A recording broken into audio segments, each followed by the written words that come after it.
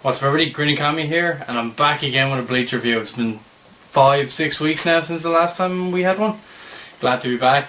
Bleach got off to a great start again, so happy to be back doing reviews. Even got to wear my costume again for a video for first time in a while.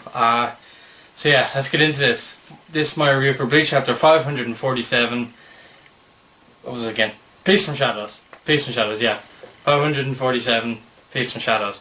So the chapter starts off with Ichigo, surprisingly. Now it's just one page of Ichigo, like he just literally picks up his Zanpakuto and that's all we see. It looks like he's about ready to leave Nemaya's place if he hasn't already.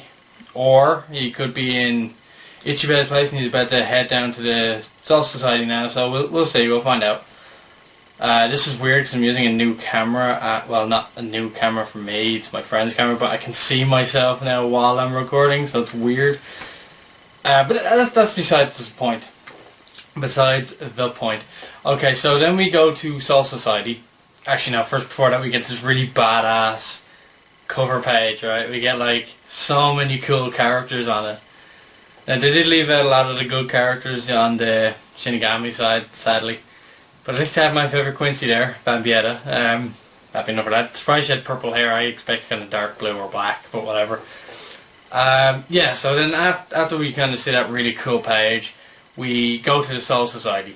And we can see the Ice Palace taking over the Saber Head, basically. It's not essentially taking over, it's just unhiding itself. Because it turns out that they weren't hiding, like they weren't invading the whole time, they were always there. They were right in the shadows of the Saber-Tei. We kind of already knew that, like a lot of people predicted that, so it's not too shocking. So if you did predict that, well done, that it was correct. Like so yeah. We get to see quite a few characters in this now. We get to see reactions from, I think it was Asane from Asane, the 4th Squad Vice Captain, Shinji, Momo, Omaida, I think it was Omaida, was it Omaida? I don't know. Iba, and Rose. We got to see them, we got to see reactions from them.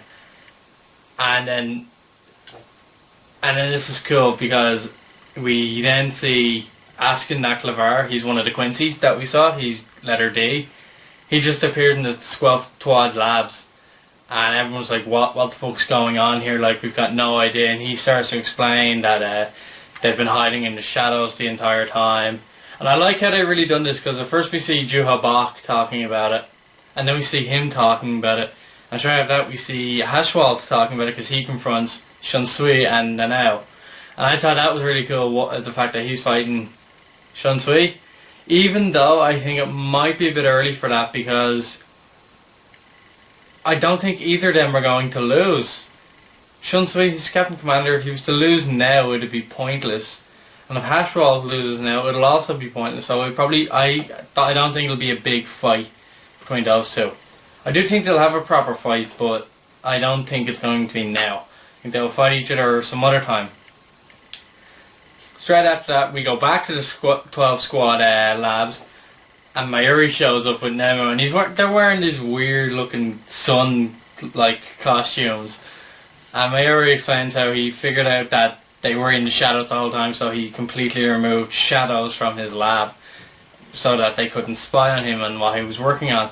So this to me implies that he has a way to reverse either the Bankai stealing or to just stop them from taking it.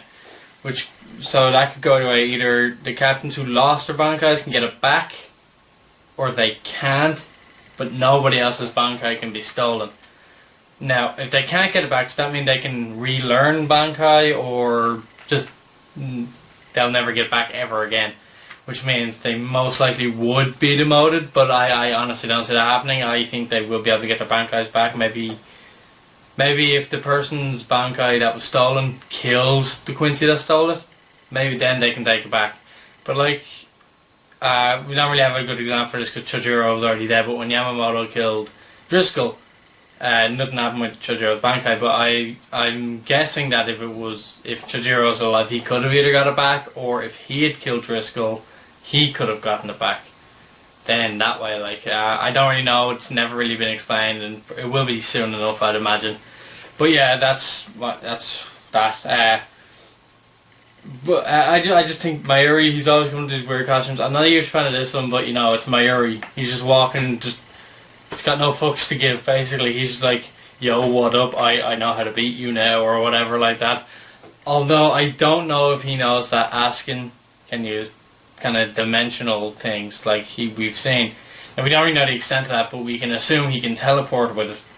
So, Mayuri got rid of the shadow so that he couldn't teleport, but does he know that he can use these, and has he got a plan for that?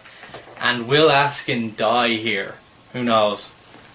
I think it'd be pretty cool if Mayuri gets to kill a Quincy, because a lot of people are saying, oh, Mayuri's going to die because he killed so many Quincy's. I don't see that happening at all, and I have reasons for that. One, it's Kubo's second... He's one of Kubo's favourite characters, either first or second. It's either him or Aizen. Kubo loves Mayuri and he loves Aizen. Two, because Mayuri is going to be huge in this arc, okay? He's going to be very important here, and he's one of the captains I cannot see dying. Him along with Hitsugaya, Byakuya, and possibly even Kenpachi, I can't see any of them dying. Even Kamamura I can't see dying. But Mayuri's one I definitely can't see dying. And I do think Ishida may fight him, but I don't think he'll kill him. I just don't think he'll do it. He might be about to and someone will stop him, but I just can't see Mayuri dying. If he is going to die, I'd like Uryu to be the one to do it. But yeah, other than that, I don't think so. And then after this, we skip, I kind of just want to read faster. After this, we skip to another Quincy, who's just, you know, burning other Shinigami down to the ground, basically. We get Basby, you know, the dude with the mohawk. We get him, Stern Ritter H. And he's just like, oh, this is boring. You guys can't stop me. I'm already here. And he kind of reiterates what the other three Stern Ritter had told us already. So, and by three other Stern Ritter, I mean Juhabak as well. So, he's just kind of walking around going, blah, blah, blah, get out of my way or whatever. And then he's stopped by Hitsugaya and Rangiku, and then it ends. I think that fight's going to be cool, but I don't think Hitsugaya and Rangiku are going to win. Mainly because Basby has to be killed by Rose, okay? He has to be killed by Rose. If he's not killed by Rose, it'll suck. Rose deserves revenge for his dead lieutenant. Let him do it. And also it'll be an awesome fight, and Rose is probably one of my favourite characters at the moment. So yeah, let that happen, Kubo. Let those two fight. I don't care if he doesn't fight Na anymore, just fight bloody Basby. That's what I want to see. That is one of the biggest fights I want to see. Another one is any fight with Bambietta. So Bambietta and Kamamura. But now what I think is going to happen is the 4 Shinigami that got their Bankais taken, I don't think they will fight the ones who stole the Bankai now. I think they may have a fight or two before. Might be no deaths in between, like no deaths at Quincy or whatever. But I can see them being their final fight. Like at near the end of the war, Hitsugaya will fight Kangdu, or Kamamura will fight Bambietta and stuff like that, and they'll win, and then they'll get their Bankais back. That's how I see it going. I do think they will fight again, but I don't think it'll be anytime soon.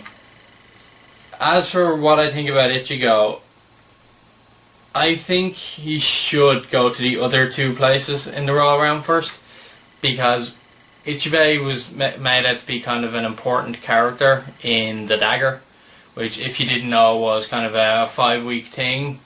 They brought out, it was just basically rehashing what we already know, but kind of sometimes adding minor details that we didn't already know, like Kukaku's missing arm is important.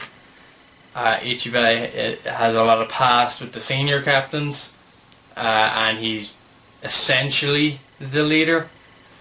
Obviously, we don't know if he's like a definite leader or whatever, but yeah, that's basically what the Dagger was. So this is my chapter review. Just for coming straight back to Bleach, the good start off. Yeah, I'm going to give it a 9 out of 10. two of my top 3 favourite Bleach characters appeared, so... no, two of my top 4 appeared, and that was Shunsui and Momo. The two of them being in the same chapter is awesome. Oh, and we also get to see Ukitake. I forgot to mention that he's looking at some Lotus Flower thing, so either he's getting healed, or that's maybe one of his abilities, we don't know. I guess we'll have to wait and find out. So yeah, this is Screen Kami. Glad to be back. Like, comment and subscribe. I'll talk to you later.